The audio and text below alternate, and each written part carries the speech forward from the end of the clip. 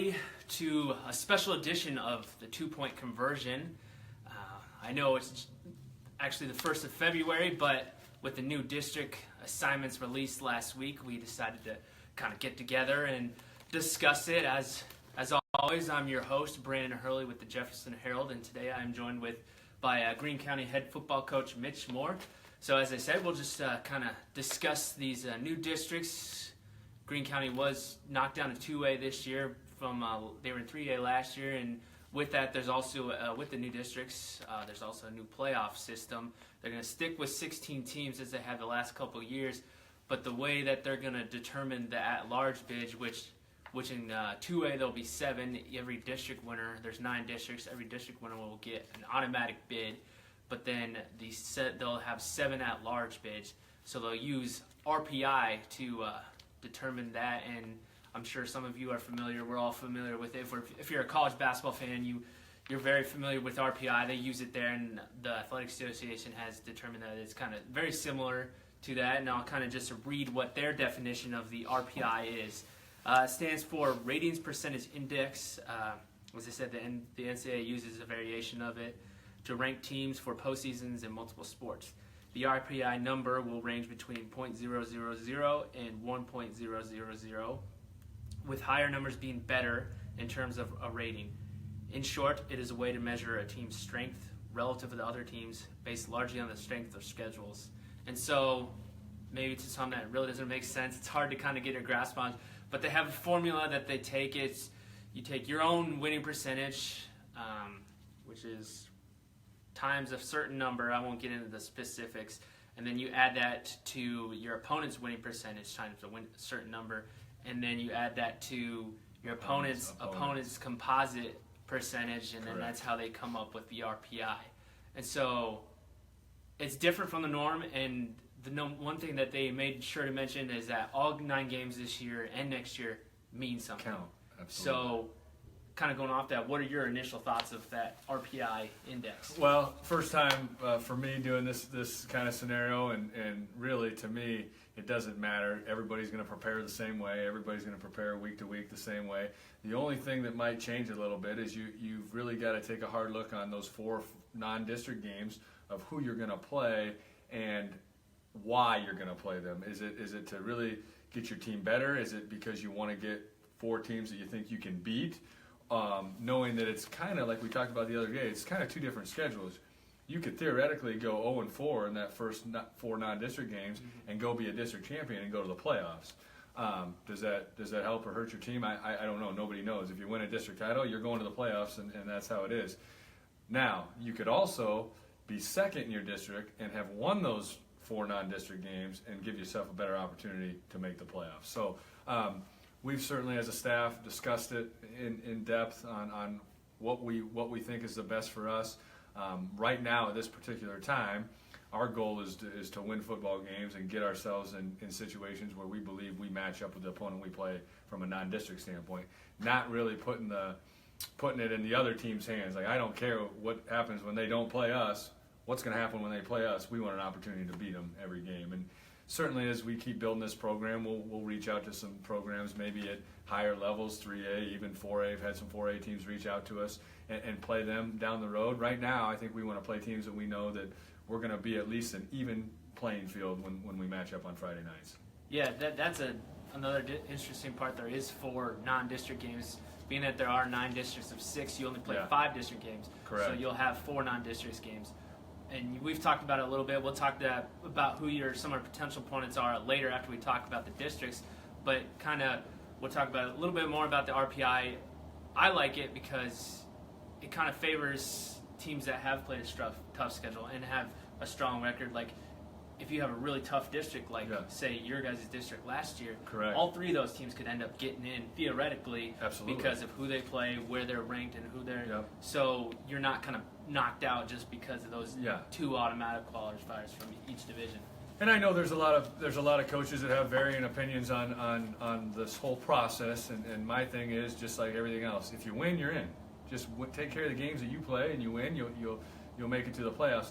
The only knock that I have, and I don't even know if it's a knock, is I believe that if we're a 2A team And right now, the way it looks, we're going to play at least three 3A teams. We're not getting any credit for playing a 3A team, and vice versa. If you're a 4A team or a 3A team, well then why wouldn't you just play 4 1A teams then if you didn't think you're... Yeah, exactly. Those are just 4 guaranteed. It's just 4 guaranteed teams that you think you can win. So that's something maybe that they'll look at in the next 2 years. Maybe the state will. I don't know. They haven't taken a lot of our opinions on things in what I perceive to be the last couple of years. But again, all that stuff is for everybody else, because what we can control is our workouts this morning. What we can control is our Friday nights against that opponent. And so we're going to continue to approach the games that way. But it is a fun thing to know that every Friday night your game matters. Yeah, absolutely. That's neat. And I know, just talk from you, there was talk about maybe expanding the playoffs. I know there was some recommendations from the coaches. So why do you think the Athletic Association kind of decided to stick with 16 teams, and why do you think that works? Well, that's a good question, but I don't know the answer to that. I don't think anybody does that wasn't in that room when they made the final decision. Some of it probably has to do with money, like a lot of things in sports these days.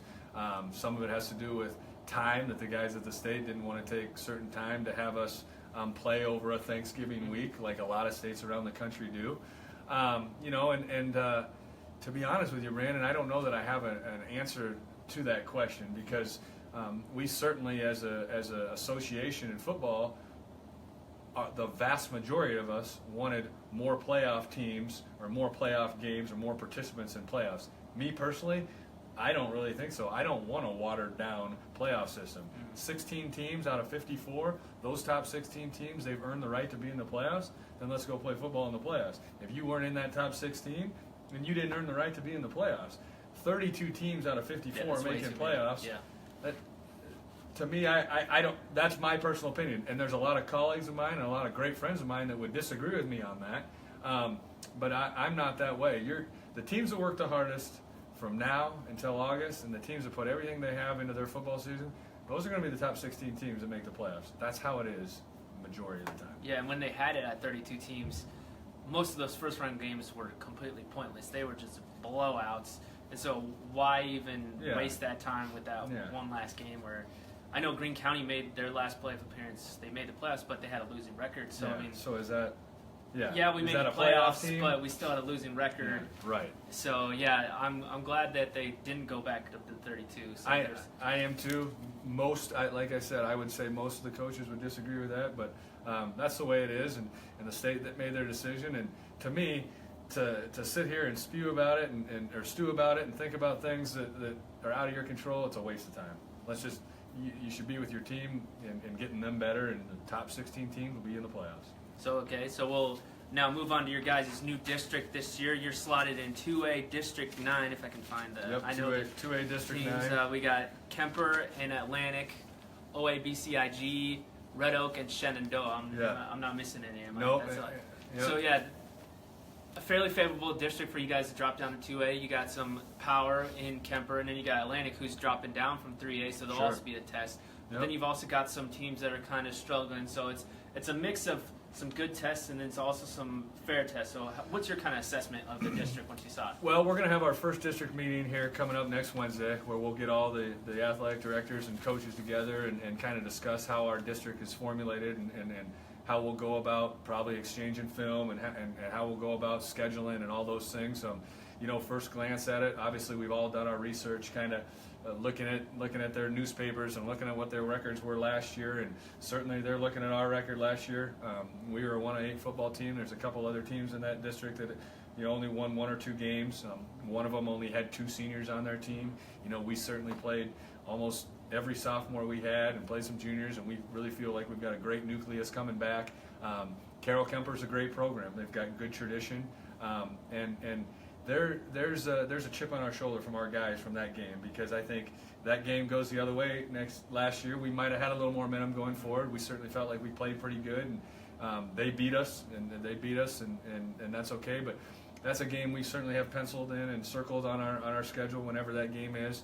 Atlantic is a program with a pretty solid history. They've always been in a really tough district with the Crestons of the world and the Harlans of the world and Glenwood and some of those teams. So That's a program just like us moving down to 2A that'll be good. I believe they were 5-4 last year. OABCIG was a team that's a mouthful. You're gonna have to say that a lot this year. I'm gonna have to learn the You're gonna have to learn how to say that fast. Yeah, but that's a team that was 6-3 last year and is gonna move up. They've got a rusher who rushed for a lot of yards coming back, and so.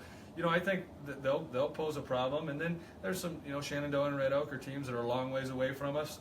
That certainly we don't know a lot about them. To be honest with you, I don't know a lot about them yet. But I'm not gonna put a bunch of weight into what their record was last year.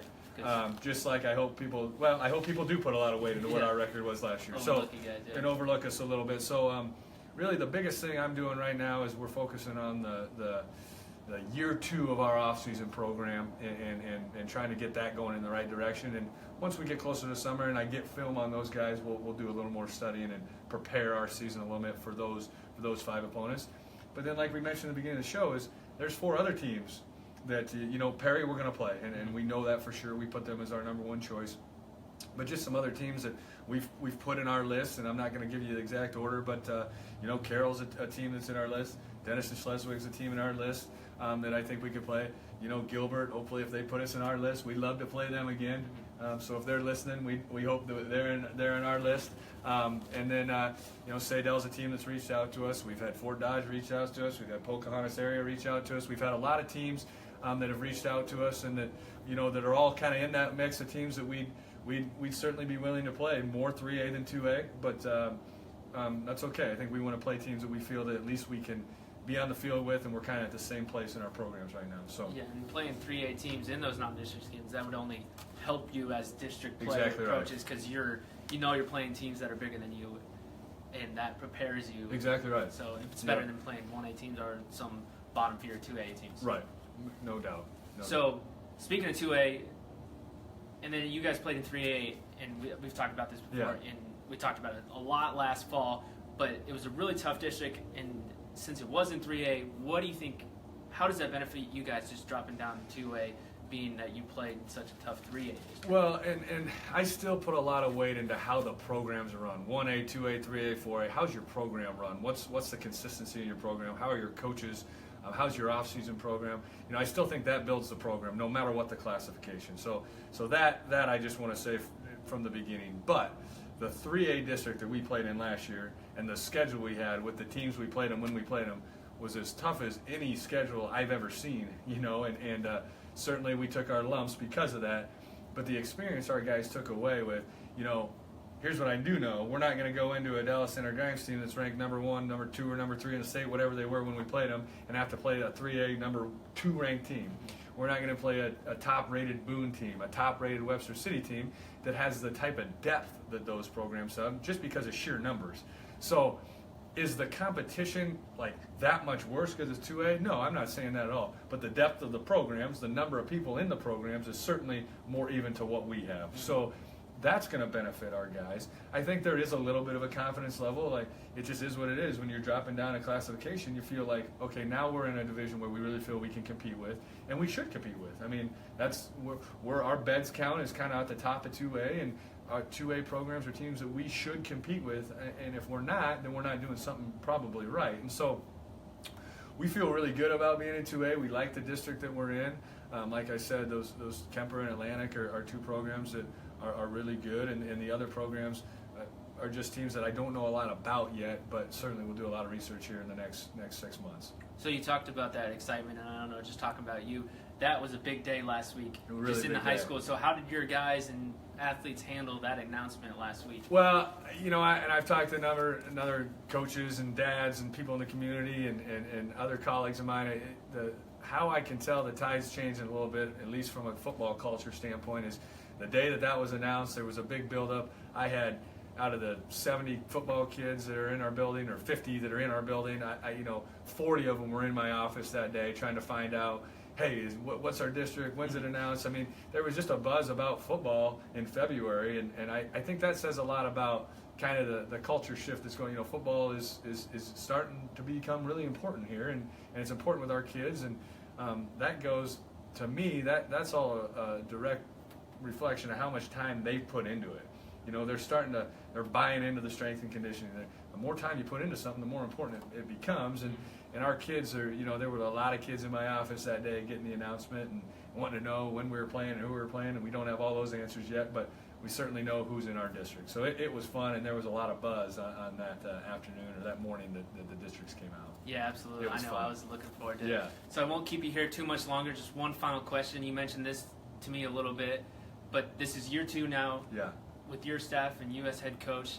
So you mentioned that there are some very noticeable differences in the off season. So what does this look like to you, this team, just heading into this off season? Well, it's just a different approach from a standpoint of I even, and this is a little bit off base, but I met with the track program last night, and I talked about building rapport with your kids, and that's how you're going to get the most out of every kid. And they didn't know me right away when I got here, and we had to go through a season, and we had a lot of tough times last year, and we all know. But we know each other better. I know our kids' triggers. I know when to push them, when to back off of them. They know me a little bit more. They know my expectations that 6 a.m., you're not going to get an award for showing up at 6 a.m. Everybody else in the country shows up at 6 a.m. What are you going to do at 6 a.m. to separate yourself? And it's been a completely different tone of expectation, and the results been different in the morning. Clint Denhart, the kid we talked about last year, but his last 2 workouts that he's had, and keep in mind he's still in wrestling, and he's been into the 6 a.m. workouts in the morning, and he's had 2 of the best workouts I've seen out of a high school kid in a long time. Just his attention to detail, his drive, his leadership. The Colby Kafers, Brett Riley hasn't missed a weight room since the Friday football was over. Brett Riley and Brandon Hurley were in the weight room. They haven't missed a session since, not one.